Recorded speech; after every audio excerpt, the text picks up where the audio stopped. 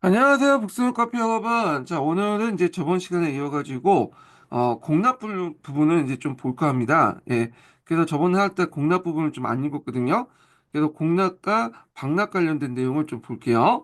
자, 푸셈 4권 그 198페이지 펴보세요. 예. 자, 여기 보면 이제 공납 부과의 원칙과 문제가 있는데, 한번 보겠습니다. 자, 공납제는 해당 지방의 토산물을 공무로 지정하는 임토 작공의 방식에 따라서 정해진 공무는 지방 군현의 주체가 되어 중앙의 각 간청에 직접 납부하는 것을 원칙으로 한다. 자, 여기에서 눈여겨볼 것은 뭐냐면 해당 지역에 이제 공무를 임토 작공을 한다는 게 임토 작공이라는 건 뭐냐면 아까 이게 요 말이에요. 해당 지역의 토산물을 갖다 바치는 거예요. 예. 자, 그리고 여기에서 바치는 주체에 대해서 좀 볼 필요 있는데, 여기는 지방 군현이에요. 그러니까 개인이 받다 바치는 게 아니라, 중앙에서 이제 할당하면, 지방 군현에 할당하면, 지방 군현에서 이제 각 호의 노동력을 이용해가지고, 그 토산물을, 가지고 오게 한 다음에, 그걸 이제 모아가지고 지방 군현에서, 뭐냐면, 중앙에 납부를 하는 거죠. 자, 그래서 이걸 좀 잘못 착각하시는 분들이 있는데, 자, 어떤 분들은 이렇게, 개인이 하는 걸로 알고 있어요. 근데 개인이 하는 게 아니에요. 이게 지방 군현에 이제 하는 거예요. 지방 군현이 중앙에 각 가청에 직접 납부한 거다. 이걸 꼭 그 개념을 좀 파악을 하시고 보셔야 좀 이해되는 부분도 있어요. 이거 나중에 좀 얘기할게요. 자, 그런데 토사물이 산출된 지역만 해당 공무에 분정할 경우 그 지역은 중앙권력에 의해 한시 집중적인 수탈이 대상이 되었다. 이로 인해 국가는 민의의 어떤 공물 부담을 긍정하기 위해서 임토 작공의 어떤 원칙에 위반됨에도 불구하고 불상 공무원 그 지역의 산물이 아닌데도 불구하고 군연에 분장되는 거 있죠.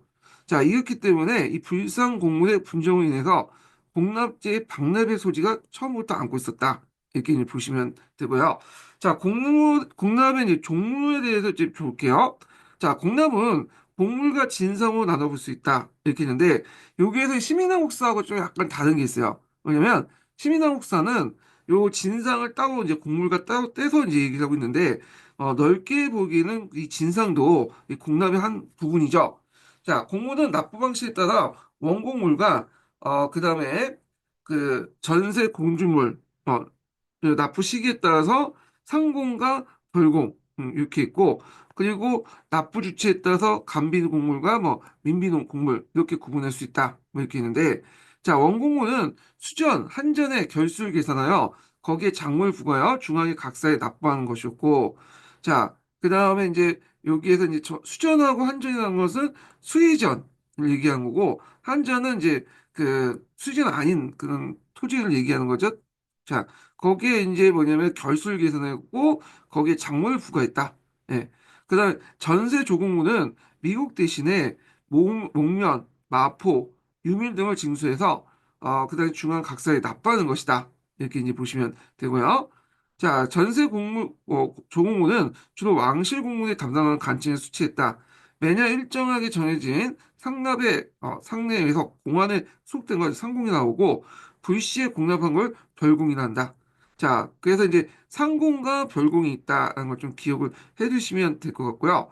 그 다음에 진상 관련된 내용 있죠. 진상은 곡물과 달리 각도 관찰사, 병마, 수군주 절도사를 비롯한 지방 장관이 소속 관할 관청에 부과하여 물품을 마련하고 군수 현관 등 중에 담당관을 선정하여 해당 물품을 상공에 상납한 것인데 국왕에 대한 봉상 예물로서 주 국가 유대에 필요한 물품이다. 그래서 요거는 주로 이제 왕과 왕실에 필요한 물품들을 군수와 현감들이 백성들에게 받아들고 납부하는 방식이다. 이렇게 보시면 되겠습니다.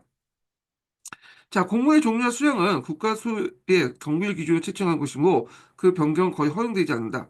공안에 규정된 공무의 종류와 양은 일단 정해지고 나면 해당 군연의 생산 사정이 변동하여도 조정되기 어렵다.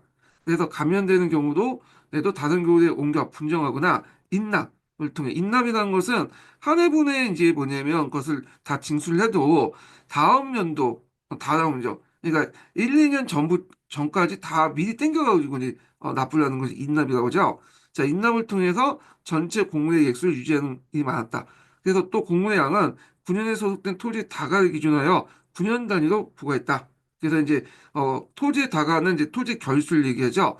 그래서 9년 단위 부과하고 다시 9년에서는 후에 등급을 매겨가지고 5호등제로 입각해서 징수를 하게 되죠. 그리고 이걸 다시 중앙에 납부하는 그런 방법을 이제 하게 된다. 이렇게 보시면 되겠습니다.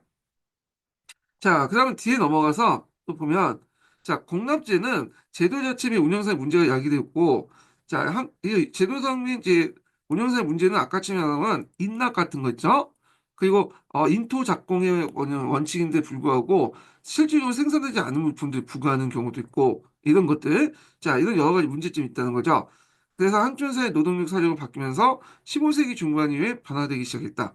자, 특히 연산군 이후 이 연산군 때 이제 사치가 낭비가 많다 보니까 공항을 대규모 이제 뜯어 고쳐서 상당히 늘려놨어요.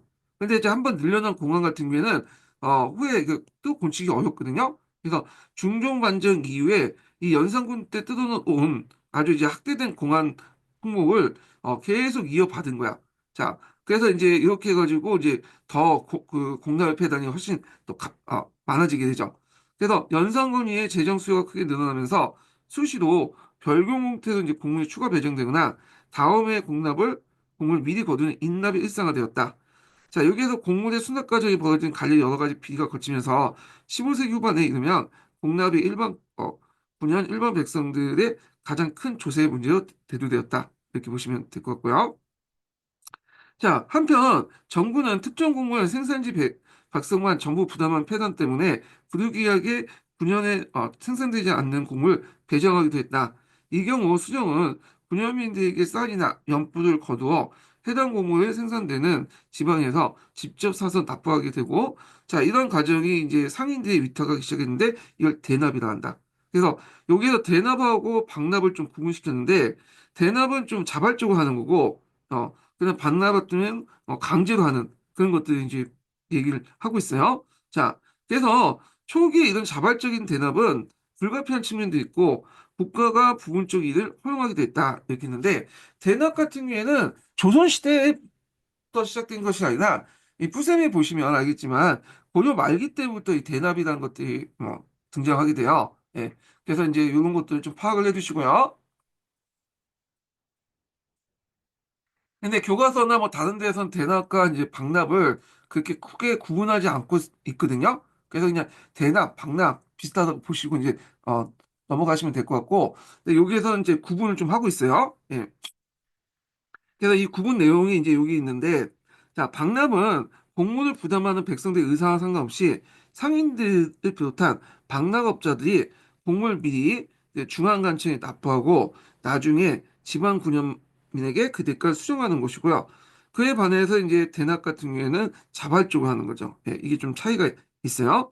그래서 해당 군현에 생산되지 않는 공문이나 그 수납 기한이 촉박할 경우 박람이 불가피할 때도 있었지만 대부분 박람했다는 이익을 노리고 벌이는 공물의 청부행 그 행위였다. 그래서 그거에 대해서 이제 박람은 국초부터 정부가 금지됐는데 그럼에도 불구하고 박람에 대한 이익이 적게는 몇 배, 많게는 수십 배에 이르기 때문에 정부의 박람 금지 조치에도 시효를 기대하기 어려웠다.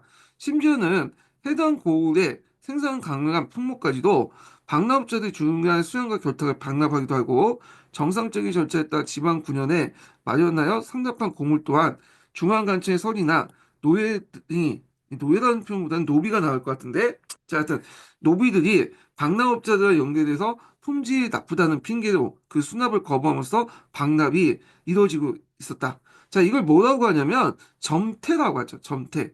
자 여기에서 좀 눈여볼 게 뭐냐면 지방 군현에도 납부한 것을 중앙관청의 설이나 노예들이 거부를 한단 말이에요. 박람업자하고 연계해가지고. 이걸 점태라고 하는데, 가끔씩 이제 그 KBS 역사 스페셜인가? 하여튼 거기 뭐 그 역사 저널이나 뭐 그날 역사 프로그램들 보면 이거 좀 잘못 설명한 부분이 있더라. 고증을 좀 잘못했는지 모르겠는데, 이거 좀 설명을 하면요.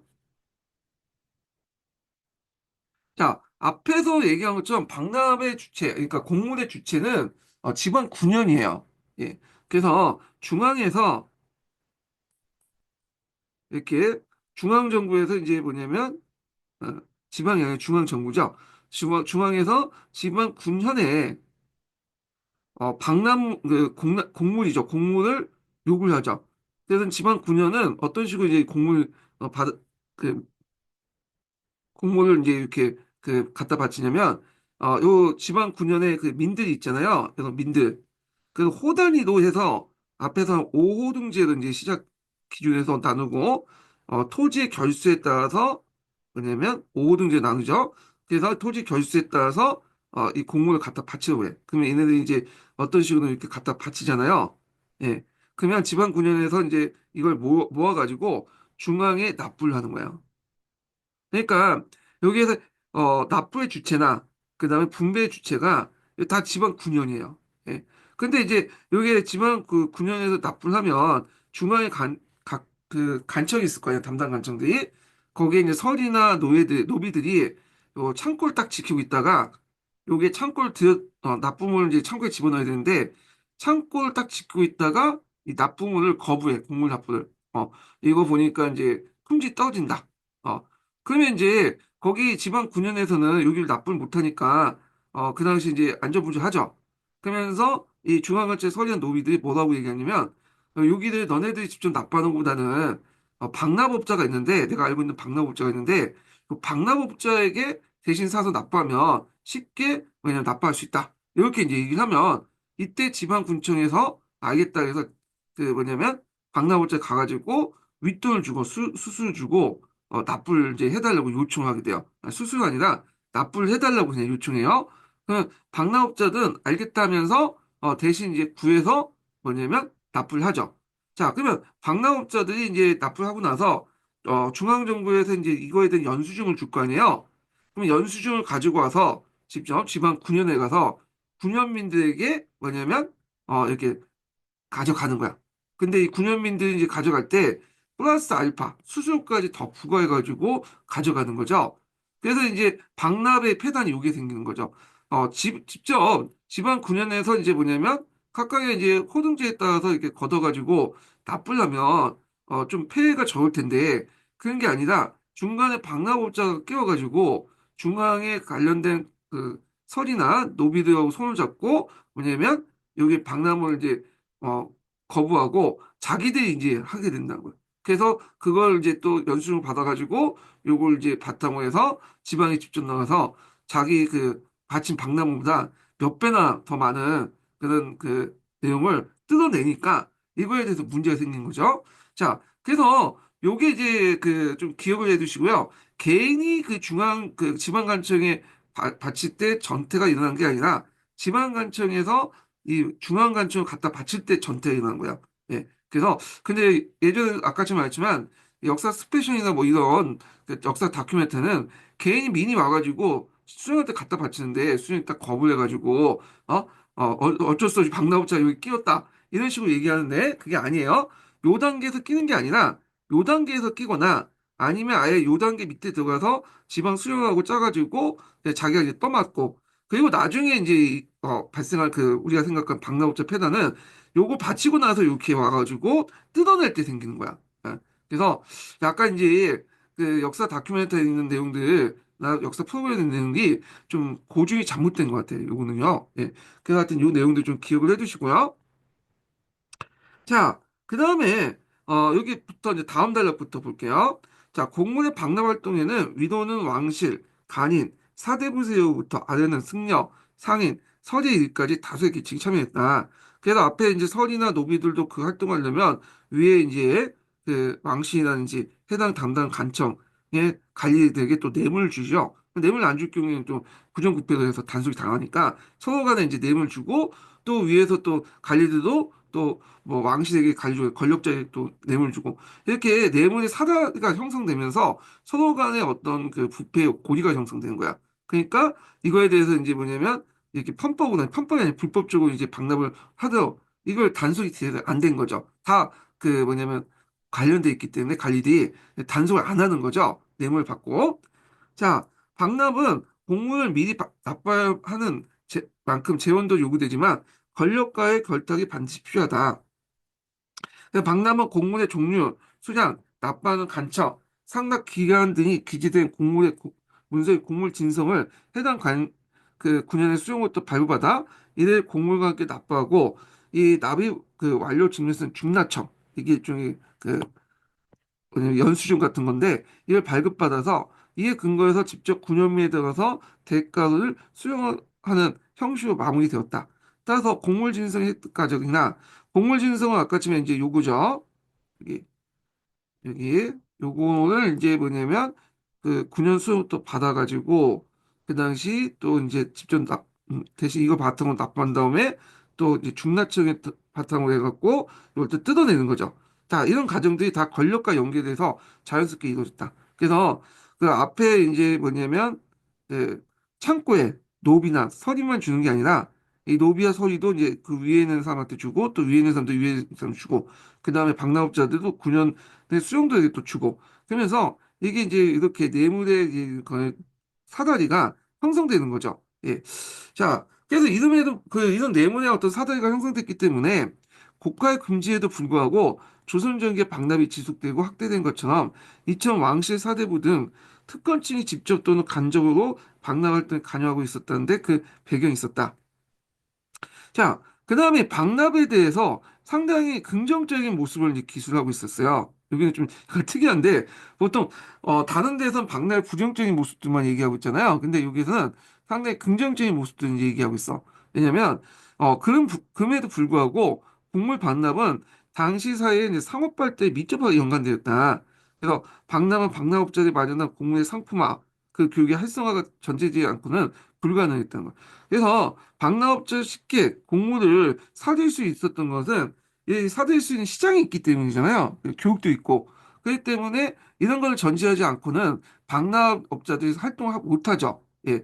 그래서 이렇게 이제 뭐냐면 상품 시장의 발달로 해서 박람업자들 활동했고 또 박람업자들 활동을 통해서 그 상파화폐 경제 발달을 촉진시켰다 하는 게 후셈의 견해예요. 예. 근데 이거는 약간 이제 뿌셈 얘기고, 실질적으로 이제 교과서는 그런 식으로 얘기를 안 하죠. 예. 그래서 이제 부정적인 측면만 얘기하고 있고, 이렇게 이제 긍정적인 얘기를 안 하고 있어요. 그리고 16세기 때 같은 경우는, 15, 16세기 때는 아직까지는 상업 발달하지 않고 자연경제 형태이기 때문에, 이 박람회 과정에서 이제 이런 것들이 조건이 됐나. 그러니까 이제 박람업자들이 이제 바탕이 됐던 게 사회 상업 발달이나 밀접하게 관련됐다는 견해는 우리가 통론에 알고 있는 15세기, 16세기 때 어떤 그 사회 경제상과 좀 맞지가 않죠. 예. 그래서 이건 좀 약간 그냥 위견이니 하고 넘어가시면 될 것 같아요. 자, 그 다음에 이제 여기 보겠습니다.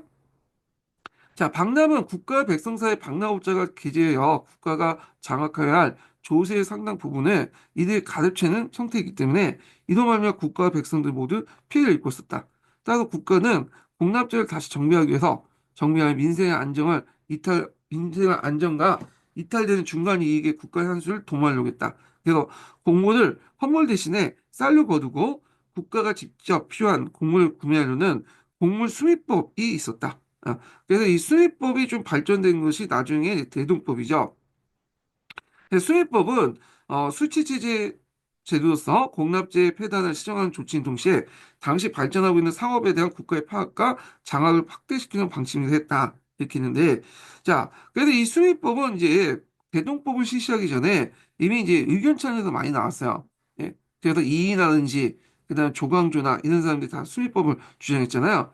자, 임진왜란을 거치면서 모색된 공물 수입법은 17세기 때 대동법으로 최종적으로 정리하는 데는 이와 같이 수치제도의 역제 변동, 그리고 상호의 발달 등 사회경제 변동이 자리 잡고 있다. 그래서 대동법을 실시할 수 있는 배경 자체가 이런 이제 상품화폐 경제 발달도 연결돼 있다는 거죠. 상품화폐 경제가 조선 후기 때 발달되기 시작하면서 이제 시장에 가서 이제 물건을 사들 수 있는 거죠. 그 쌀을 받아가지고 그 쌀을 가지고 시장에 가지고 뭐냐면 물건을 사는 공인들이 그게 가능하기 때문에 대동법이 실시했던 거고 아직 이제 수입법 단계 16세기 정도 단계는 시장이 형성되긴 하지만 시장에서 원하는 물건들을 구매할 정도의 이렇게 발달하지 못했거든요. 그래서 위견 차이로만 이제 위견만 제시했다가 나중에 17세기 때 어느 정도 시장이 완전히 이제 발달되면서 물건을 이제 뭐냐면 다 살 수 있으니까 이때 이제 뭐냐면 그 대동법이 아니고 합법화 그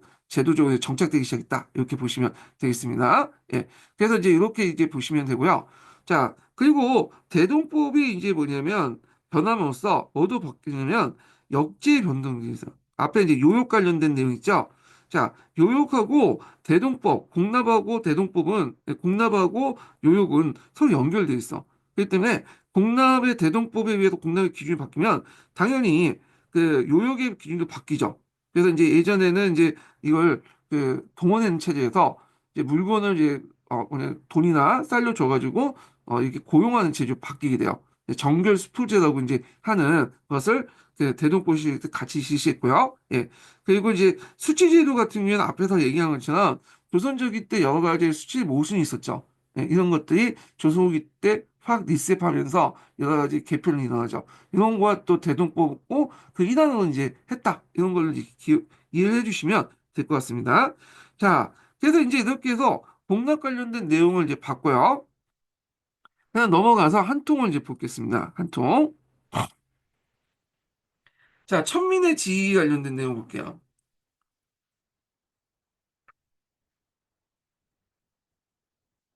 자, 여기 보면 천민이라는 것은 이제 그 사회적 천민뿐만 아니라, 아니, 다시 얘기할게요. 여기서 천민이라는 것은 양천제 아래에서의 어떤 그 천민을 얘기하죠.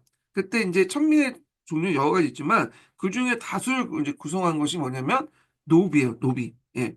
그리고 그 중간에 일반 상민으로서 천민 그 중간에 있는 사이가 있는데 이게 신장 역천이죠.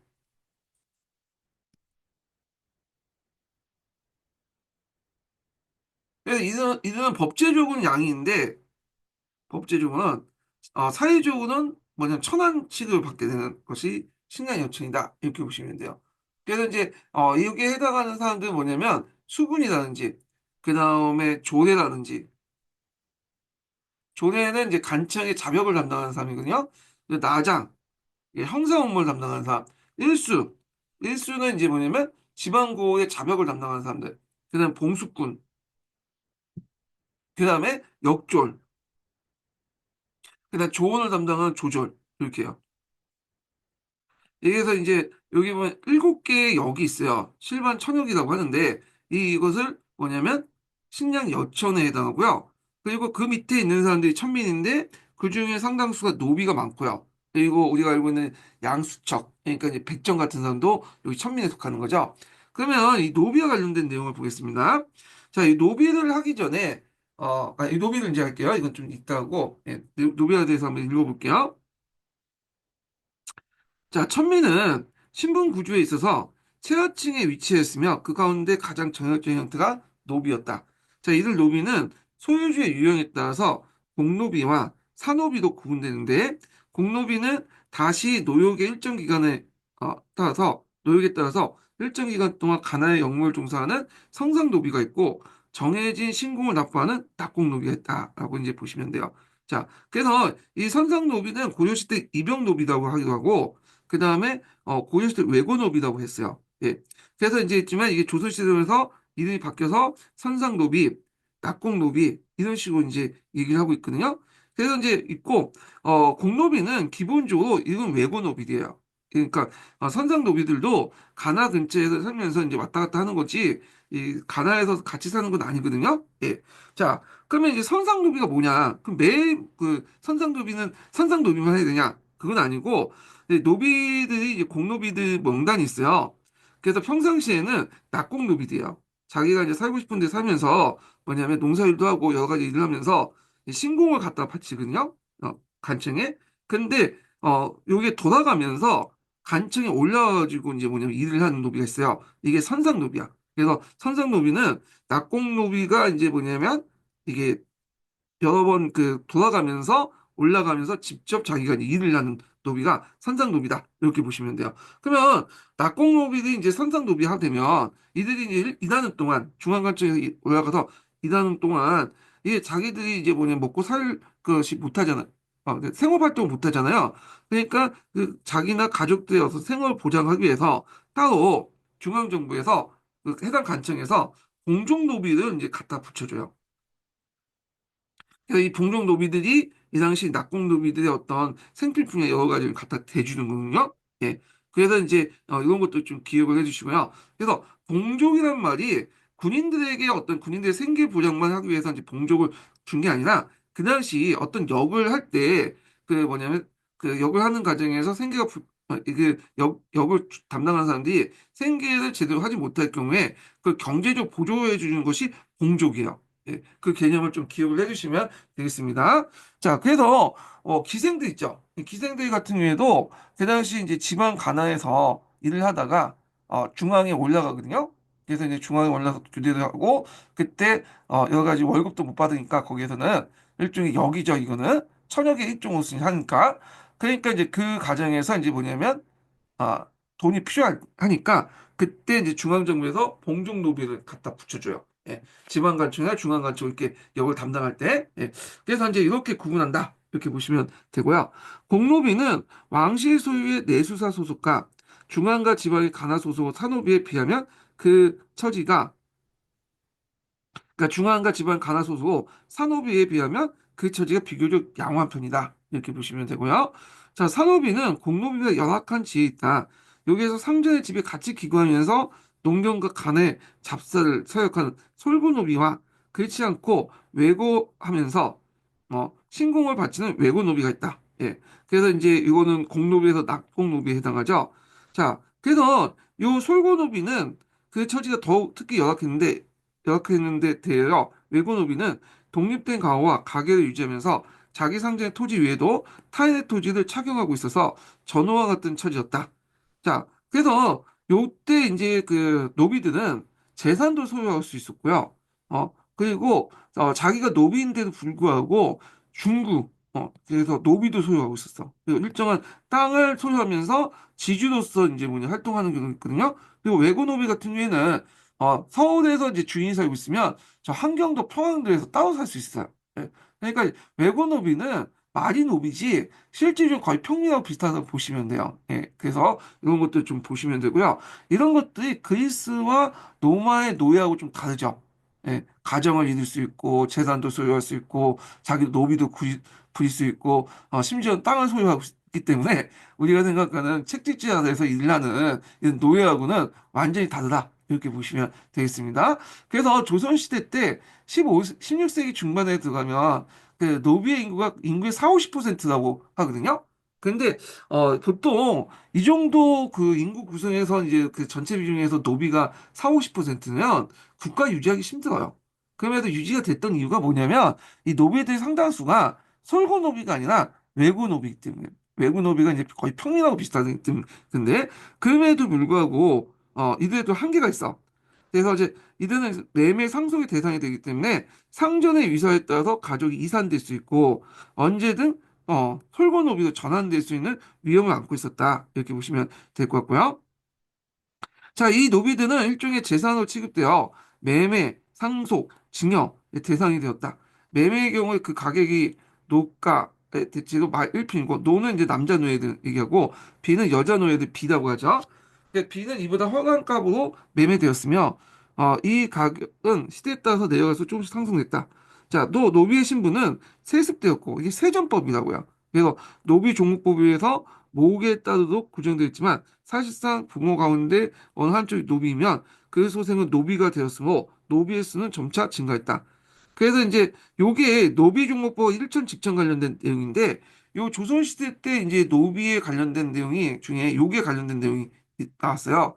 그래서 여기에서 좀 정리를 좀 해보고 넘어갈게요. 여기는 예전에 시험 문제 나온 게 이게 15년 기출 문제인데 좀 어렵게 나왔거든요. 그래서 여기는 개론서 가지고는 볼 수 없는 그런 수준의 문제가 나왔어요. 그래서 좀 정리를 해보겠습니다. 자, 노비의 경우에는 결혼을 할 수 있어요. 결혼할 수 있고, 그 다음에 가족을 이룰 수 있거든요. 근데 노비가 결혼하고 가족을 이룰 수 있었던 게 뭐냐면, 이게 노비 수를 확대하기 위한 거예요. 예. 그 당시 조선 같은 경우에는 중국과 달리 노비의 세전을 인정하거든요. 그러니까 세습 같은 것들을 인정해요. 그러니까 노비의 신분이 아버지, 어머니의 노비면 그 아들, 딸도 노비였죠. 그래서 신분이 세습이 돼. 세전법이 나가는데, 그러니까 노비를 학대하기 위해서는 이런 세전법에 따라서 노비를 학대하기 위해서는 결혼을 시키는 게 제일 좋았어요. 근데 이제 결혼할 때 보통 동세곤이 원칙이죠. 같은 신부끼리 하는 거죠. 노비끼리. 근데 노비가 양인하고 결혼하는 경우도 가끔 있었어요. 겁탈 당했다고 이제 표현할 수도 있는데 그래서 만약에 이제 노비하고 양인이 짝짝꿍해가지고 애를 낳았다. 이걸 양천 교혼이라고 하는데 그럴 경우에 태어난 그 뭐냐면 노비는 어떤 그 신분에 속하느냐. 이게 이제 그 당시 이제 상당히 중요한 쟁점이었는데요. 그래서 고려시대 같은 경우에는 기록이 별로 없어요. 그래서 이제 고려시대 때 보면 기록이 좀 남아있는 거 보면 정조 때 천자수노법을 실시했다고 그래요. 천자수노법. 고려 정종 때 얘기죠. 천자수노법은 노비종무법하고 동일한 말이에요. 노비는 어머니의 힘을 따른다는 거야. 노비문보나 천자도 마찬가지죠. 천한자는 어머니의 힘을 따른다. 그래서 보통 이제 강아지가 이제 애를 배우면 새끼를 배우면 그 새끼는 어머니 쪽 암컷의 주인 쪽에 이제 소임이 되는 거잖아요. 요거가 똑같아. 그 노비는 짐승이기 때문에 어머니 쪽에 이제 소유문이 되고 또 뭐냐면 그 신분도 어머니 쪽을 따른다는 거야. 그래서 이때 노비 종목 보면 두 가지 의미가 있는데 첫 번째로는 소유권상 노비의 소유권은 어머니 쪽에 있다. 어머니 쪽에 주인이 있다는 의미가 있고 두 번째로는 신분상 음, 어머니 신분을 따른다 이런 뜻이 있어요. 두 가지 의미가 이제 노비 종목을 쓰였다는 걸 좀 기억을 해두시고요. 그 다음에 충녕왕 때 일천 직척법이 실시돼요. 충녕왕 때. 충녕왕 때 엄밀한 일정 직접본 실시했다고 볼 수 있는지는 정확히 모르겠지만 그렇지만 이제 충녕왕이 그 원나라에 올린 그 원나라 황제에게 올린 그 뭐냐면 상소의 그 내용이 있어요. 그 원나라에서 그 당시 이제 양인수 확보하기 위해서 노비를 개혁하려고 했거든요. 노비 세정법 폐지해라. 그러니까 충녕왕이 그거에 대해 반발하면서 이제 편지를 보내면서 우리는 태조 이후로 어머니든 아버지든 한쪽이 노비면 다 그 시 자식이 노비가 됐다. 그래서 이런 얘기를 해요. 그래서 일전 직전이 고려말 때 해였다는 걸 알 수 있죠. 물론 이게 정확히 언제 실시됐는지는 잘 모르죠. 예, 기록은 없지만 그렇지만 충녕왕 때 그런 게 있었다라는 걸 알 수 있고요.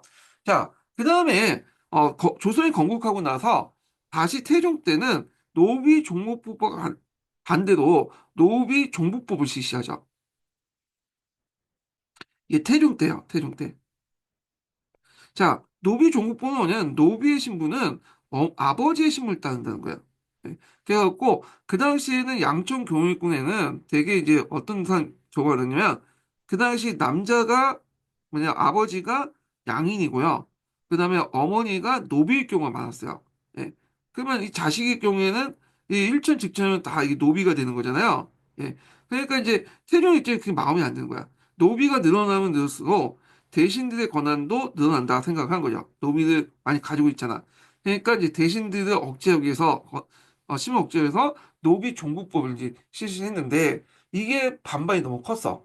그래서 세종 때 예전처럼 뭐냐면 다시 노비 종부법으로 돌아가요. 세종 때. 자, 그래서 이때 이 노비 종부법이 왜 실시했냐 하면 이거 예전에 시험 문제 나왔던 건데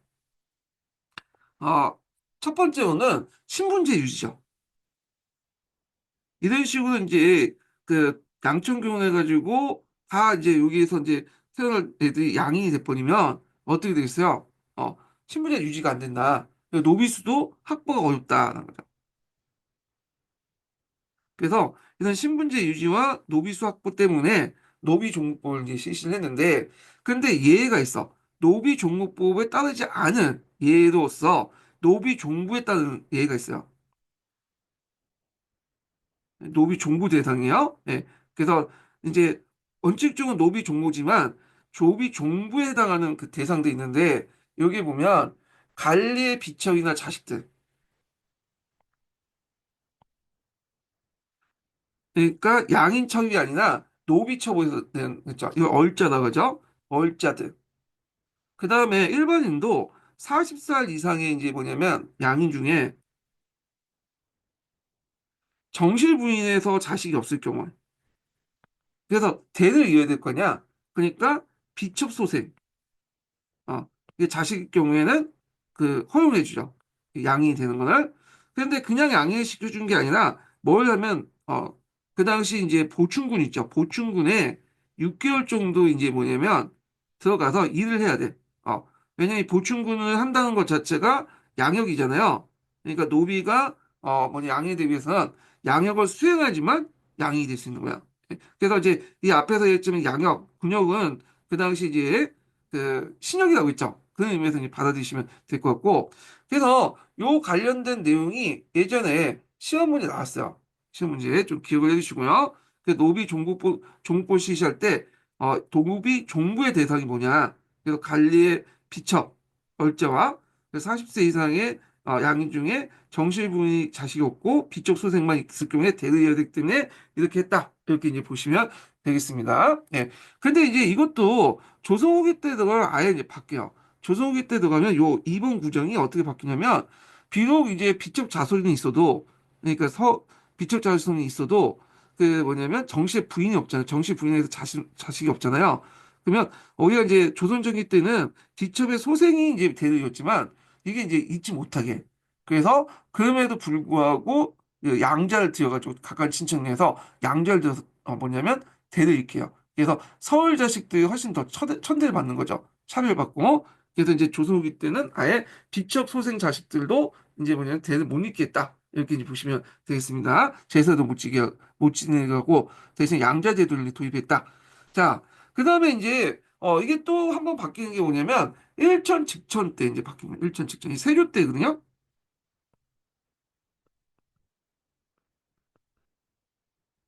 세조 때. 자, 여기에서 이제 세조 때 어떤 조치를 하냐면 형식은 일단 노비종국법을 이제 실시해요. 왜냐면 자기 버지가이 노비종국법을 만들었잖아요. 근데 자기 아버지의 뜻을 거스린 없죠. 그러니까 일단 아버지의 취지를 이어와서 노비종국법을 한다고 하지만 여기에 단서를 주죠. 어떤 식으로 단서를 주냐면 양인 여자가 노비 남자와 결혼할 경우에 그 자식은 노비다. 라는 단서를 또 이렇게 해서 노비 종부라는 규정을 둬요. 그래서 여기에 형식은 노비 종부이지만 노비 종부를 규정을 두면서 여기다가 뭐냐면 실제 종은 일천직천했다. 그래서 종무지만 종부의 규정도 같이 있기 때문에 어떤 식이든 어머니가 노비든 아버지가 노비든 간에 한쪽이 노비면 다 그 자식이 노비로 이렇게 만든. 그래서 실제 종은 일천직천으로 운영됐다. 이렇게 이제 보시면 되겠습니다. 자, 그리고 이게 이제 또 바뀐 게 어디냐면 조선 후기 때죠. 조선 후기 때 이제 다시 이제 노비 종국으로 돌아가자라는 이제 의견이 돌아가요. 그래서 이제 이때 현종 때 한번 실시했다가 폐지되고 영조 때 실시돼서 완전히 정착되거든요. 요게 예전에 시험 문제 나왔죠. 유영원 사료에 그게 나와요. 노비 종국법 관련된 내용이. 자, 이때 노비 종국법은 그 앞에서 세종시대 때 그 노비 종국법 있죠? 신분제 유지하고 노비수를 확보하기 위한 것이 아니라 이건 다른 맥락에서 이제 노비 종국법을 실시하자는 거야. 왜냐하면 그 당시에는 양인 여자하고 노비 남자가 결혼을 증가했어요. 예전에는 되게 보면 결혼할 때 이 동세고 양촌 결혼할 때는 대개 보면 남자가 양인이고 여자가 노비였기 때문에 그 경우가 있었거든요. 근데 여기서는 조선기 때는 노비 중에 돈을 많이 버는 노비들이 많이 등장해. 그러다 보니까 그 당시 이제 그 요 얘가 이제 뭐냐 남자가 노비고 여자가 양인 경우가 많아요. 예. 자, 얘네들이 결혼할 경우에는 일전 직전에 의하면 얘 자식은 노비죠. 그러면 이제 국가 입장에서 이게 마음에 안 드는 거야. 왜냐 그 당시에 양인수가 이제 줄어들고 있는 상황이기 때문에 이거 안 되겠다. 얘들 노비로 만드는 게 아니라 양인으로 만들기 위해서는 양인의 엄마에서 태어난 얘들 양인으로 만들 필요가 있잖아요. 그래서 이제 시신은 노비 종부야. 그래서 이 당시 둘 사이에 있는 것을 어머니 신분 따르고 얘는 양인을 시켜줘. 대신에 이제 그 전에 송량 정차를 걷게 되고 이때 보충군에서 한 6개월 일한 다음에 양인을 시켜주는 거야. 예. 자, 그래서 이 목적은 왜 이런 노비종법을 했냐 이때는 이건 꼭 뭐냐면 양인수를 확보하기 위한 거예요. 양인수. 노비수를 확보하는 게 아니라 양인수를 확보해서 세수를 확보하기 하다. 요때 양이라는 건 일반 평민을 얘기하는 거예요. 예. 평민 수가 점점 줄어드니까 그 당시 양반이 되고 뭐 여러 가지 이유로 이제 그 평민 수가 줄어드니까 노비를 양이나 시켜가지고 세수를 확보하기 위해서 이렇게 했다. 이렇게 보시면 될 것 같아요. 자, 그래서 이때 이제 어떻게 하냐면 이제 이게 그 일전 직전의 세조 때 내용 중에 노비 종목법이라는 내용이 플러스돼 있잖아요. 그래서 이게 일전 직전이 됐잖아. 그러니까 세조 때 양인 여자가 노비 남자의 경우에 그 자식 노비라는 그 노비 종부 구준 있죠. 요걸 삭제시켜 버리면 돼요. 그냥 요거를 깔끔하게 삭제시켜 버리면 이게 뭐냐면 노비 종목법이 되는 거죠. 이게 이제 노비 종부가 없어지니까 여기만 살아남잖아요. 그래서 이런 식으로 이제 하려고 했다. 이렇게 보시면 돼요. 그래서 이걸 둘러싸고 그 당시 이제 노동과 남인이 입장 차이가 좀 있었는데, 노론 입장에서는, 나중에 얘기했지만, 노론은 이제 이의 어떤 학문을 이제 바탕으로 한 거잖아요. 그래서 이의 이제 이통기국론에 입각해서 찬성을 해요. 찬성. 이통 기국론은 뭐냐면 보편적 이는 다 이제 뭐냐면 모든 신분에 있고 다만 그 기회 차별 때문에 이제 이게 신분의 변화가 일어났다 이렇게 주장하는 애들인데 얘네들은 이통을 강조하는 거야. 노비나 상민이나 양반이나 다 이는 동일하다. 그렇기 때문에 노비도 사람이다. 그래서 얘네들을 이제 뭐냐면 해방을 시켜줘야 된다. 이런 논리를 지은 거죠. 물론 이제 노노는 집권파기 때문에 현실적인 문제에서 세수 확보 문제 때문에 그런 것도 있어요. 그래서 이걸 자기 그 스승이었던 이의 이론을 끌고 와서 이통을 강조하면서 이런 식으로 얘기를 한 거고 그 다음에 반대했던 사람은 남인들이야. 음. 남인들은 이기 호발설에 입각해서 한 거죠.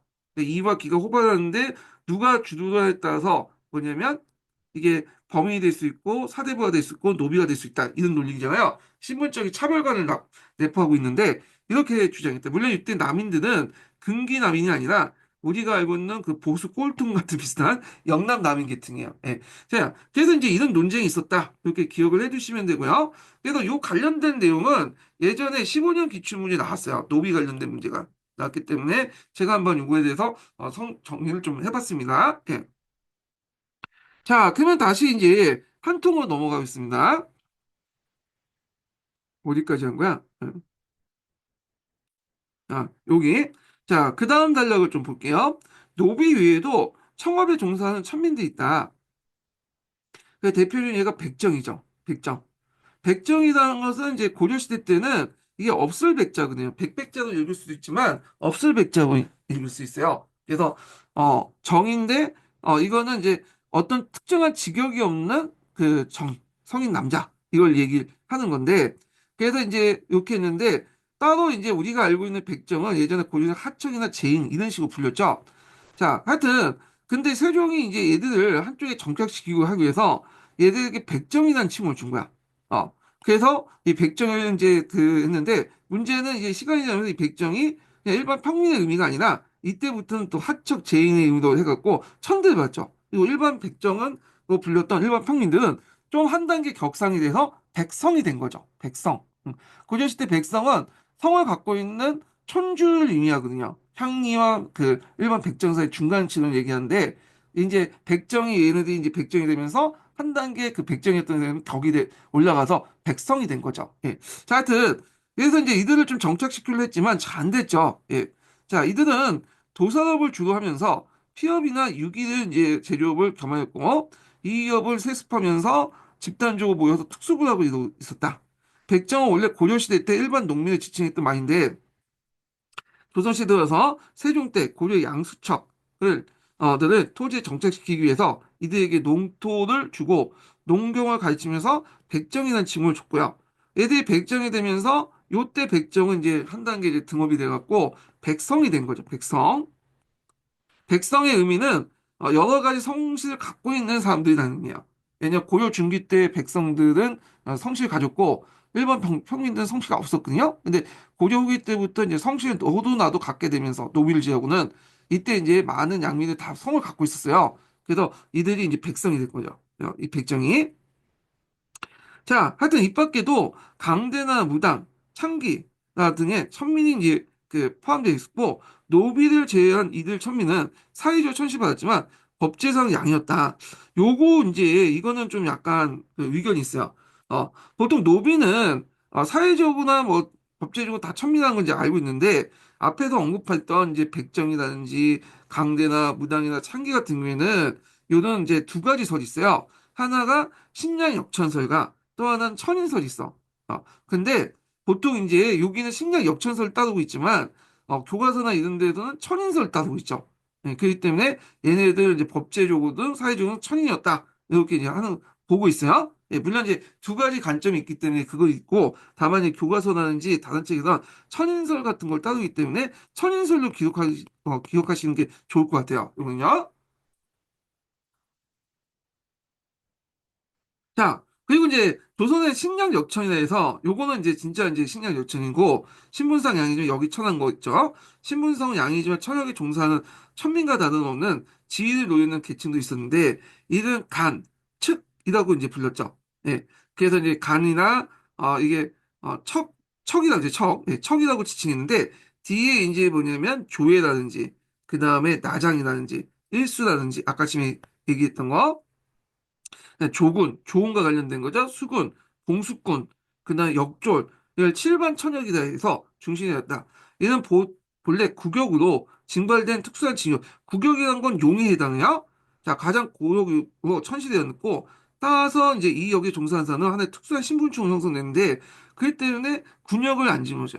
예. 물론 수군은 이제 군역이긴 하지만, 요 나머지들은 군역이 없어. 왜냐면 얘들은 직역에 종사를 하기 때문에 군역에 빠지죠. 그렇지만 여기 천하기 때문에 뭐냐면 식량 역전 계급이었다. 이렇게 보시면 돼요. 그래서 식량 역전 계급이 확실한 거는 요 칠반 천역이고 그 다음에 노비는 뭐 당연히 아니고 그 천민 중에서도 우리 부르는 백정이나 그다음 양 백정이라든지 강대 무당 창기는 앞에서 말한 식량 역전설도 있고 천인설 있지만 되게 천인설로 이제 보고 식량 역전 확실한 거는 여기 칠반 천역이었다. 여기 좀 기억을 해두시면 되겠습니다. 자, 조선시대 천민의 지위는 고려시대에 비해서 법제적, 경제적으로 향상된 것이었다. 식량 역전은 물론이고 노비를 제외한 천민은 법제상 양이었고 그 다음에 이제 노비는 경제적 지위를 상승한 거다. 요것도 이제 앞에서 얘기한 요거는 식량 역전설 따는 거죠. 자, 이는 고려 후기 이래의 사회 발전과 노비, 천민의 항쟁이 얻어낸 성과였다. 자, 이러한 추세 속에 천민의 집단 거주지인 향소 부국설이 이제 제대로 선물이 됐다 했는데 자, 이 한통 같은 경우에는 천민회라고 보고 있지만, 그 보통 이제 포셈이나 이제 이런 책들 보면 신량 역천을 이제 한속 보고 있는 거야. 예. 자, 하여튼 이들이 천민은 뭐 신량 역천이라든 조선 초기 때 이미 항소 보국이 이제 소멸됐죠. 예. 자, 이는 중앙 집권의 강화를 위한 양인 확보 정책과도 관련이 있는 형상이지만 다른 한편으로는 조선 신문사의 발전에 따른 필연적인 결과를 평가할 수 있다. 이렇게 이제 보시면 되겠습니다. 자, 그래서 이제 이렇게 해서 한번 그 조선시대 때 이제 뭐냐면 관련된 노비제도 관련된 내용을 이제 좀 봤고요. 네. 그 다음에 수고업과 상업 관련된 내용을 좀 보겠습니다. 자, 요번에 볼 거는 수공업과 사업 관련된 내용인데 조선 전기 때 수공업과 사업은 별로 안 나와요. 거의 안 나온다고 보시면 돼요. 나오면 이제 조선 후기 때에 들어가서 이제 나오는 거죠. 그렇지만 일단은 이제 기본적인 지식은 좀 익힐 필요가 있기 때문에 한번 보겠습니다. 자, 조선시대 수공업 가운데 가장 큰 비중을 차지하는 것은 간형수공업입니다. 그래서 원칙적 공장은 모두 그 공장 안에 이제 그 등록되어 있는 간장이었다는 거야. 자, 이들은 전문적인 수공업자도 각급 간청에 소속되어 있었다는데 제가 이제 고조시대 때 이제 간형수공업 관련된 내용을 이제 얘기했죠. 경공장, 외공장이 있었고, 경공장, 외공장이 칭호는 이제 조선시대에 생긴 거예요. 하여튼 그때 중앙수공업이 있었고 민간수공업이 있고 운영은 간형체제로 이제 운영됐다고 했잖아요. 이 간장제 수공업, 고려시대 간장제 수공업이 그대로 뭐냐면 여기 조선시대 전기까지 유지됐다고 보시면 돼요. 예. 그래서 요때 공장 안에 이제 소속되어 있는 그 모든 공인들이 이제 공장 안에 소속돼 있고요. 이들은 일종의 직역을 이제 담당해요. 직역. 이 때문에 이들은 직역을 담당하기 때문에 군역에 빠지죠. 군역 대신에 이 직역을 이제 하는 거예요. 직역을. 예. 군역 대신에 직역을 담당하기 때문에 그럼 어떻게 직역을 담당하냐 하면 이거는 고려시대와 마찬가지로 공장 안에 있는 공인들을 세 개의 집단으로 나눠요. 세 개 집단으로. 3번째로 이렇게 나눠가지고 얘네들이 돌아가면서 이제 뭐냐면 그 강공장에 이제 들어간 거죠.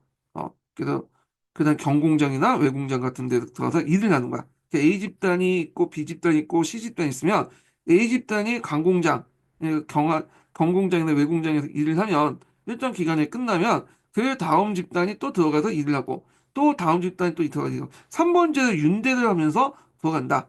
그리고 이제 앞에서 말한 것처럼 이런 강업수공업장 수공업 안에서는 이렇게 윤번호 돌아가는 이제 동원된 그 공장도 있는 반면에 이게 상주하면서 뭐냐면 일을 하는 사람이 있죠. 이 사람들은 나름대로 이제 녹봉을 받아요. 이거는 고려시대랑 비슷하게 이제 돌아가는 거고. 자, 그래서 이들은 이런 식으로 되어 있고, 군역은 짊어지지 않지만 직역이나 형태로 이렇게 이제 돌아가면서 일을 했다. 이렇게 보시면 돼요.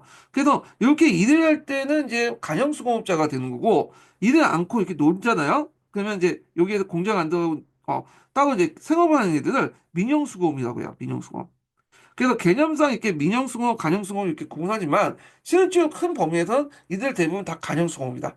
그래서 간형수공해서 외공장이나 건공장에 들어가서 일을 할 때는 간형수공업, 그리고 나와서 자기 생업을 할 때 민영수공업 이렇게 이제 보시면 되겠습니다. 그럼 민영수공업 할 때 이들은 이제 뭘 내냐? 이 당시 공장세를 납부해요. 공장세. 그래서 공장세를 납부하고 이제 뭐냐면 여기 자기 생업하고 여기 들어가서 이제 외공장이나 경공장이 나면 이들도 먹고 살아야 될 거 아니에요. 그래서 경공장과 외공장에 일해서 남은 잉여 생산물도 있죠. 남아 도는 거 요걸 시장에 갖다 팔아요. 예. 그래서 시장에 갖다 팔 때 또 공장세를 납부해요. 예. 이런 식으로 먹고 살았다. 이렇게 좀 보시면 되겠습니다. 예. 자, 그럼 계속 읽어볼게요. 자, 이들은 전문적인 수공업자도 각급 관청에 소속되었고, 중앙과 지방의 각급 관청에서는 공장의 정원이 정해져 있고, 공장들은 소속 관청에 필요한 각종 제품을 제작 공급되었다. 자, 이때 중앙의 공조와 기타 관할에 소속된 사람을 경공장, 그러니까 서울에 있는 그 공장은 경공장이 나오고, 지방의 각도와 군현의 관할에 소속된 걸 외공장이 났다. 그래서 경공장과 외공장이라는 명칭은 조선시대에 들어와서 이제 이렇게 부여된 거야. 예전에는 그냥 중앙관청, 뭐 지방관청 이런 식으로 이제 수공을 각각 있었지만 경공장, 외공장의 명칭은 조선시대에 들어와서 생긴 거다. 이렇게 보시면 될 것 같습니다. 자, 경공장은 2,800명, 외공장은 3,500명이었다. 자, 이들 관장은 대개는 공노비였고 양민이 가했지만 그 수는 많지 않았다. 자, 그러나 노비의 경우에는 독립된 가게를 영위하고 있으며 단순한 노예 수공업자들이 아니었다. 자, 이렇게 있는데 이게 앞뒤 맥락 없이 그냥 설명하다 보니까 지금 이해가 안 되신 분도 있어. 자, 일단 공인들은 대부분은 이제 뭐냐면 신분증을 볼 때, 이렇게 얘기해 보면 여기에 동원되는 공인들은 신분증을 볼 때는 양민이에요. 네. 그러니까 이제 신분상 양민이고 그다음에 이제 법제상 양민이죠, 얘들은. 근데 요 중간 라벨에 있는 애들이 있어요. 중간 라벨. 여기 관리직이고 얘네는 이제 품계를 가지고 있는 거고 고려시대 마찬가지로 여기 항상 상근하면서 있는 상근 그 공인들 있어요. 상근 공인들. 이 상근 공인들은 일을 하는 대가로 얘네들은 이제 녹봉을 받죠. 치아직에 들어가면서 녹봉을 받는 애들이야. 근데 이들 중에 신분이 어떻게 돼 있냐면 이들 중에 공노비들도 많고요. 공노비도 있고 일반 양인들도 있어요. 양인공인. 그래서 여기서 말하는 간장이라는 것은 여기 중간에 상근직을 얘기해. 위에 있는 상근직. 얘들을 얘기한다. 그래서 이제 이걸 좀 맥락을 보고 판단을 하셔야 되는데 여기는 이제 맥락 없이 그냥 이렇게 설명을 하고 있는 거야. 그래서 이제 이거 있고 하여튼 여기에 속해 있는 이 공노비들, 여기 있는 상근직 노비들에 대한 설명이고요. 자, 이런 노비의 경우에는 독립된 가게를 영위하고 있었으며 단순한 노예 수공업자가 아니다. 이 노예보다는 노비라는 말이 있는데 노예라고 하면 그리스나 로마 시대 때 그런 거 좀 연상을 시키는데 하여튼 이 노예라는 말을 잘 쓰더라고요 여기는. 또 간장들은 자신의 책임량을 초과한 생산품에 대해서 소정의 공장세를 납부하고 여기 있죠. 여기에 속한 애들은 먹고 살아야 되잖아. 또 얘는 뭐 녹봉을 받고 있지만 여기에 있는 애들 여기 애들은 이제 먹고 살아야 되니까 동원된 애들이니까 공장세를 납부하고 갖다 팔 수가 있어요. 예. 이렇게 있고.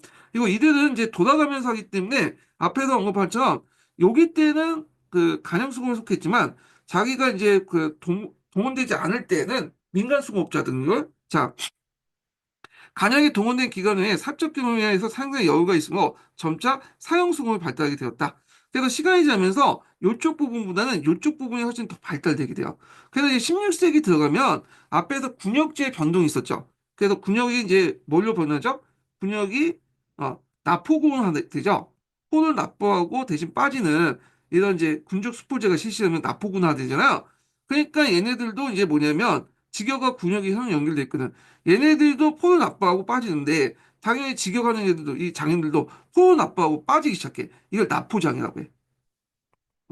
그래서 포를 납부하고 빠지는 형식으로 이제 등장하게 되고요. 그리고 17세기 들어가면 이제 어떻게 되냐면 간천수공은 이제 아예 폴딱 망하게 돼요. 그래서 간천수공에서는 국가에서 기밀 뭐 무기나 아니면 동전을 만드는 그걸 제외하고는 수공업이 폭삭 망했다고 보시면 돼요. 간천수공 조선 후기 때 들어가면 그리고 국가에서 필요한 물건은 이제 시장이 발달되다 보니까 시장에서 사들이기 시작한 거죠. 그리고 대신에 이제 뭐냐면 요 동원된 이제 뭐냐면 공인들은 시장세를 납부하고 아니, 장인세를 납부하고 이제 뭐냐면 자기 생업에 종사하고 심지어는 18세기 이후부터는 장인세를 납부하지 않아도 돼요. 예. 그래서 이제 이렇게 하면서 직역이었던 이제 얘네들이 빠지기 시작했다. 아예 조선기 때는 예. 이렇게 이제 기억을 해두시면 돼요. 자, 그래서 이제 계속 읽어보겠습니다. 자, 공장에 등록된 간장 위에서 사형수고 사장이 있었다. 이 서장하고 공장하고 이제 이렇게 분리시켜서 얘기하고 있지만 이건 개념적인 분리고요. 다 모두 각 공장에 등록돼 있어요. 근데 동원될 때는 간장이 나가고 동원되지 않은 사람은 사장이라고 했던 거야. 예. 근데 요거는 좀 약간 표현이 좀 잘못된 것 같아. 예, 요 자세한 내용은 이제 보시려면 그 국편위에 있는 그 논문 관련된 내용을 봐야 돼요. 예. 그래서 이제 이걸 해야지 좀 정확히 알 수 있거든요.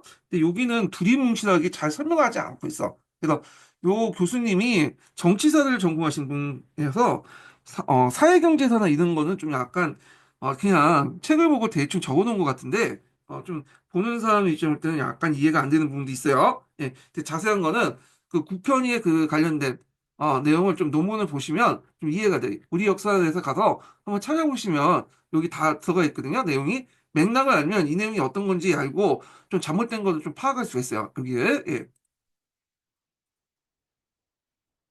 근데 여러분들 뭐 임용시험 보니까 시간이 안 되시잖아요. 예, 여기까지 뭐 논문까지 다 지어보시기 어려우니까 제가 봤던 논문 내용을 좀 보충해서 좀 얘기를 해드리고 있는 거예요, 지금요.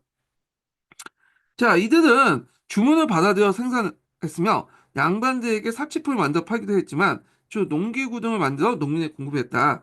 이 밖에 당시 수공업 생산에서 큰 비중을 차지했던 곳으로 사원의 제지, 제모, 제면, 양조가 있었는데 이 사원에서 이제 사원 수공업이 발달돼 있었죠. 이 사원수공업은 고려시대 때부터 발전됐던 거야. 사원이 경제적 주체가 되면서 얘들이 식리활동을 하게 되고 대토지를 소유하게 되면서 하지만 또 그 안에 이제 사원수공업을 발달시켰어요. 그 여러 가지 이제 제품을 만들었는데 그래서 조선시대도 그 영향이 있었던 거야. 예. 그래서 사원이 제지나 제면, 양조 같은 게 있었다. 그러니까 종이를 만들거나 제면 같은 경우에는 이제 면직물이죠. 이런 거 만들거나 양조가 있구나. 그 다음에 그 외에도 뭐 기아도 만들고요. 그 다음에 또 사원 같은 경우에는 또 뭐가 발달됐냐면 인쇄술도 되게 발달했어. 네. 불경을 막 찍어내잖아. 그래갖고 나중에 조선시대 들어오면 개인 문집 같은 거 만들 때는 요 사원에 가서 돈을 주고 만드는 경우가 많았어요. 예. 자, 하여튼 그 당시 사원은 지주로서 존재했을 뿐이야. 사원전 소속 있죠. 사원전도 있죠. 이 때문에 지주도 있고 지주로서 있고 그다음 수공업에도 깊이 관여되어 있던 걸 있었던 것이다.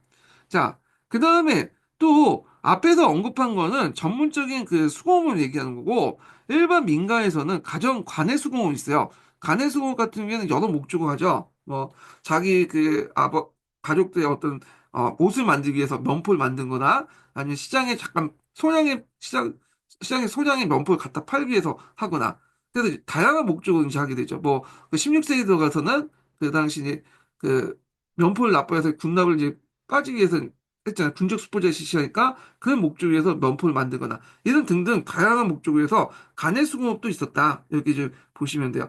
간해수공업은 견직, 마직 등등의 직포업이 중심이었어요. 그리고 조선 초기의 명문의 이제 재배가 급속히 보급되면서 면직이 대중을 이뤘고 이는 당시 면직물이 일반 의료수만 아니라 군수나, 어, 군수라는 것은 이제 뭐냐면 군적 수포제가 실시되면서 이렇게 면포를 갖다 바치잖아. 이거와 아니면 이제 군대에서 필요한 그런 면포가 있어요. 그래서 이 면포를 바탕으로 해서 뭐 깃발도 만들고 그 다음에 이제 여러 가지 이제 그 갑옷도 만들어요. 이제 면포 갑옷도 있거든요. 자, 이런 등등 했고 대무역에서도 또 뭐냐면 면포를 많이 사용했죠. 환물화폐고. 그래서 국가가 이에 생산하고 장려해서 장려가 납세의 미들 대신에 면포를 거두기도 했다. 이렇게 이제 보시면 되고요. 자, 그래서 이제 여기까지가 이제 뭐냐면 어, 조선 전기 때 수공업이다. 그래서 조선시대 때 수공업은 크게 이제 세 가지가 있는데, 그 당시 이제 간장제 수공업이 있고, 그 다음에 민영수공이 있고, 그 다음에 농가에서 생활필수품이나 뭐 하여튼 여러 가지 목적을 하는 게 간해수공인데, 요게 이제 주였다. 간장제 수공이. 그 민영수공은 간장제 수공과 같이 연동돼 갖고, 간장제 수공을 참여하지 않은 그게 또한 이제 활동에 민영수공을 분류했다. 이거 보시면 되겠습니다. 근데 조선후기에 들어가면 나중에 간장제 수공을 완전히 쇠퇴하고, 요 민영수공이 상당히 이제 활성화됐다. 이렇게 이제 이해를 해 두시면 되겠습니다. 자, 그 다음에 이제 상업 발달 관련된 내용을 이제 보겠습니다. 조선 전기 때 상업 관련된 내용은 시험 문제 거의 안 나와요. 예. 그 예전에 한번 뭐가 나왔냐면 그 조선 시대 때 시전이 언제 설치됐냐. 그래서 그 지문이 한번 나온 적이 있어. 그래서 이게 그 시전 관련된 내용이 예전에 한번 시험에 나왔다는 거 좀 기억을 해두시면 될 것 같아요.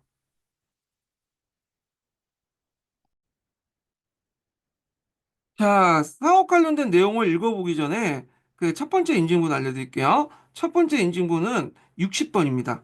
첫 번째 인증문은 60번이에요. 자, 상업도 수공업과 마찬가지로 국가에서 장악됐으며 따라서 간청이나 양반들의 그 수요에 충당하는 어용적인 성격이 강했다. 이 시점이 대표적인 예인데 이 시점 관련된 내용이 예전에 시험에 나왔는데요. 설치 시기가 관련된 내용이 나왔어요. 자, 이게 설치가 태종 때 만들어졌어. 태종 때. 태종 12년에서 14년 동안 이제 만들었던 건데, 그래서 이제 있었고, 정종 때 계획에서 태종 때 만들었다. 이거 좀 기억을 해 두시고요. 그래서 예전에는 이제 오답으로 이렇게 나왔죠. 이게 태종 때 만든 게 아니라 태조 때 만들었다. 식으로 해서 이게 오답으로 나왔어. 이게.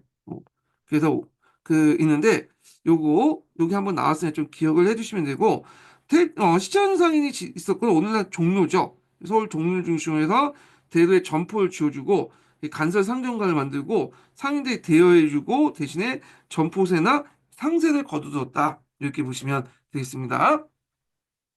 자, 그리고 이제 이때 이제 또 있다가 성종 때 이제 시정 개편 사업을 또 하게 되는데 전국 각지 공모를 도성에서 대납하거나 박납하는 이제 일반화되기 시작해요. 그러면서 시전이 더욱 확대되게 되고 그다음에 가게 종류에 따라서 이제 뭐냐면 또 시전을 또 다시 배치하고 그리고 요거 관리하기 위해서 자주나 그다음에 유사 같은 이름을 가지고 있는 조직도 만들기 시작했다. 이렇게 보시면 되겠습니다. 그래서 완성된 형태가 이제 성종 때 이후에 완성됐는데 이때 완성된 형태의 시전은 종묘와 남대문에 이르는 큰 대로변에 강통교까지 이르는 그 대로변 있죠? 종묘와 남대문에 이르는 강통교회까지 2600칸의 어떤 연쇄 상가로 쭉 시전이 만들었다. 이렇게 보시면 될 것 같아요.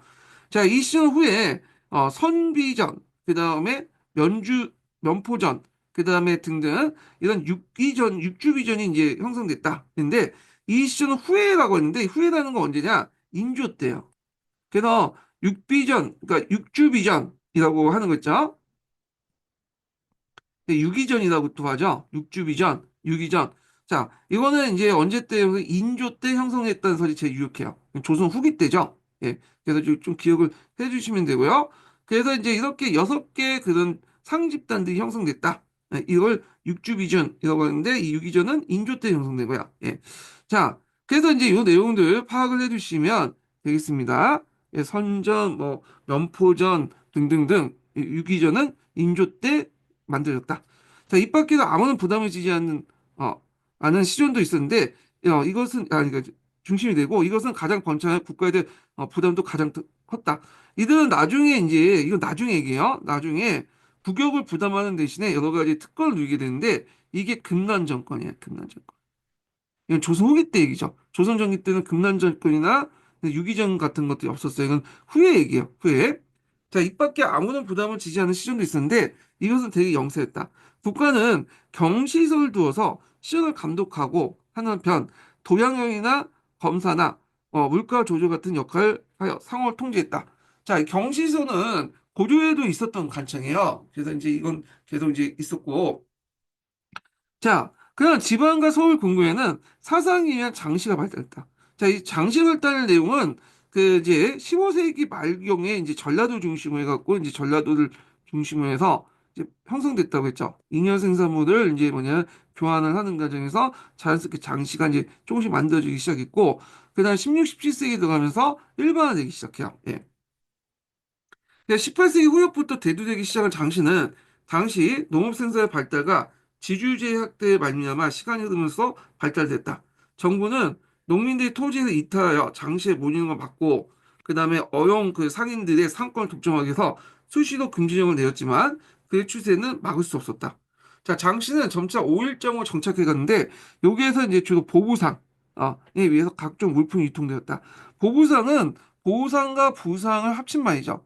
보상은 이제 보따리 장수, 부상은 지게 장수를 얘기하는 건데 이들이 이제 그 고려 초기 때, 조선 초기 때부터 간상이었어요. 간상이라는 건 뭐냐면 특정한 물건의 독점권을 할 수 있는 판매권을 갖고 있는 상인 집단을 간상이라고 하잖아요. 자, 하여튼 이들 보부상은 전국적으로 견고한 조직을 가지고 있었다. 그래서 이 보부상들은 사회적 처지가 좀 열악하기 때문에 자신들의 어떤 그 협동조합 같은 걸 가지고 있었거든요, 전국적인. 그래서 이제 정부에서도 이들에게 여러 가지 물품에 대한 독점권을 줬던 이유도 필요에 따라 정치적 목적이나 여러 가지 목적에 따라서 이들 조직을 하려고 했던 거죠. 그래서 이제 이런 모습들이 구한말 때 이제 잘 나타나고 있죠. 예. 자, 그래서 이는 유기전과 함께 길드적 동업종을 했다. 한편 수를 통해서 성상들, 성상들이라는 건 배를 타고 왔다 갔다 강이나 이런 걸 왔다 갔다 하는 상인들 성상 집단이 나왔는데 대표적인 성상 집단이 경강상인 집단이죠. 경강상인. 자, 이 경강상인 관련된 내용은 조선 후기 때 있으니까 요때 좀 살펴보기도 하고요. 자, 성상들의 상업 활동도 있었지만 그리 활발하지 못했다. 자, 교육의 매개가 된 건 주로 포와 미였다. 그래서 정부에서 몇 차례 합회를 만들어서 강제 유통을 하고 있지만 당시 자연 경제 하에서 큰 성과를 거두지 못했고 따라서 태조 원년 때 저하는 이제 그 고려 말기 때 그 당시 이제 그 원나라 화폐가 들어왔잖아요. 원나라 화폐 이제 그 보초 같은 거 들어오면서 이제 조선시대 때 한번 만들어졌는데 아니, 고려 말기 때 한번 또 그 우리도 그 종이지폐를 만들었죠. 예. 근데 이걸 이어봐서 태종 원년 때도 한번 만들었어요. 좋아. 근데 별 의미는 없다. 쓰진 않았죠. 자, 그다음 세종 5년에는 조선통보, 그다음 세종 10년에는 전폐 등 재정 정책적인 목적에서 큰 의미가 있으나 뿐이고 널리 유통되지 못했다. 전폐라는 건 뭐냐면 전자는 이제 화살 전자예요. 패라는 것은 화폐 배짱령이죠. 화살 모양의 화폐라고 보시면 돼요. 이렇게 화살 모양의 화폐인데 평상시에는 이제 이게 그 동전을 사용하고 있다, 화폐를 사용하고 있다가 유사시에는 이걸 끼워가지고 화살 촉에 끼워가지고 화살에 끼워서 화살촉으로 이제 사용하는 목적으로 만들었다 이렇게 보시면 될 것 같아요. 자, 그래서 이제 이렇게 해서 이제 한번 조선시대 관련된 내용, 상업 관련된 내용을 좀 봤습니다. 자, 그 다음에 이제 여기 보면 이제 양반 관료사의 문화 사상인데 잠깐만 이거 이제 하기 전에 잠깐 하다가 중간에 많이 도중에 놓치고 이제 빼먹고 그랬거든요. 예. 그래갖고 잠깐 이제 다시 앞으로 돌아올게요. 이게 뭐냐면 이제 보니까 하도 제도사를 좀 하다 보니까 중간에 빠진 게 많아. 그래서 요거는 좀 나중에 좀 하고 정치사 부분을 좀 넘어갈게요. 여기 보니까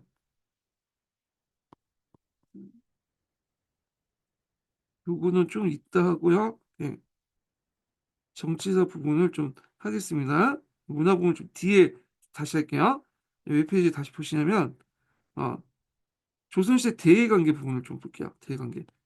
웹페이지 보시냐면 297페이지 보세요. 이거 대외관계 읽고 그 다음에 정치사 좀 한 다음에 문화사 넘어갈게요. 이게 약간 왔다 갔다 하는 것 같지만 하여튼 그래야지 맥락이 좀 맞기 때문에 일단은 요거부터 시작하겠습니다. 자, 조선 전기의 대외관계 부분을 보겠습니다. 자, 조선전개 대외관계 관련된 내용은 예전에 한번 시험 문제 많이 나왔죠. 두세 번 나왔어요. 올해도 시험 문제 나왔잖아요. 그래서 이제 요것도 시험 문제 나올 가능성이 많은데, 요번에 시험 문제 나왔죠. 그래서 이제 앞으로 시험 문제 나올 가능성이 되게 많은 부분이에요. 자, 그래서 한번 읽어보겠습니다. 이 부분을. 자, 조선공국의 주체 세력은 고려의 말과 고려 말 원명 교체의 내륙 전세에 처하여 신명 반원 정책을 주장했던 사람이다. 따라서 조선공국 이후에도 신명 사대 외교는 계속 유지되었다. 그래서 이제 태조는 즉위 직후 명에 대해서 새로운 왕조 개청을 승인해 줄 것과 그 다음에 그 조선과 한영 중에 그 당시 국호를 택해야 할 것을 요청했다. 자, 이는 이제 왕조 교체 개창에 대한 국제적 확인과 지지를 얻기 위한 정치적 의도였다. 자, 이때 명은 고려 왕제 역성을 승인하지만 여진 유민, 세안 문제와 세공 문제의 트집을 잡아서 태조에게 인장과 고명을 보내지 않았는데, 자, 이때 여진 유민이라는 건 뭐냐면 그 당시 이제 그 요동을 둘러싸고 그 당시 고려하고 그 명나라 간에 갈등이 좀 많았어요. 왜냐면 그 당시 이제 그 요동 지역 같은 경우에는 무주공산 지역이거든요. 근데 이제 이 지역을 이제 명나라가 차지하려고 했죠. 우리가 원을 계승했기 때문에 당연히 원의 영토였던 요동도 우리 땅이다. 이렇게 이제 주장했던 거고. 그래서 이제 조선 같은 경우에는 아니다. 우리가 이제 요동이나 만주 지역의 여진족의 세력을 이제 여진족이 있는 여진족을 예전부터 동번이라 갖고 일종의 이제 우리 신하를 삼았기 때문에 그들이 거주하고 있는 땅도 우리 땅이다. 등등 해갖고 이제 좀 대립이 있었던 거죠. 그래서 이 여진 유민이 단순히 여진 유민 세아 문제에 끝나는 게 아니라 여진 유민이 그 명나라의 국민이냐 아니라 저 조선의 국민이냐 가지고 이제 싸웠던 거야. 그래서 이제 이것 때문에 좀 갈등이 있었다. 그런 것도 좀 기억을 해두시면 될 것 같고요. 자, 그래서 이제 세공문제 특집사반에 태조에게 인장과 고명을 보내지 않았는데 이 문제는 세종이 즉위하면서 해결됨으로써 양국 간의 관계가 정상했다. 자, 하여튼 이제 조선은 명에 대한 사대를 청명하고 동아시아 국제 질서 속에서 편입되어 스스로 소중하다고 자청했다. 이렇게 이제 좀 기억을 해두시면 될 것 같은데요. 자, 그래서 이제 요 관련된 내용이 있는데 요거는 좀 쉬었다가 자세한 내용은 이제 좀 하기도 하겠습니다. 좀 쉬고 다시 얘기를 해볼게요.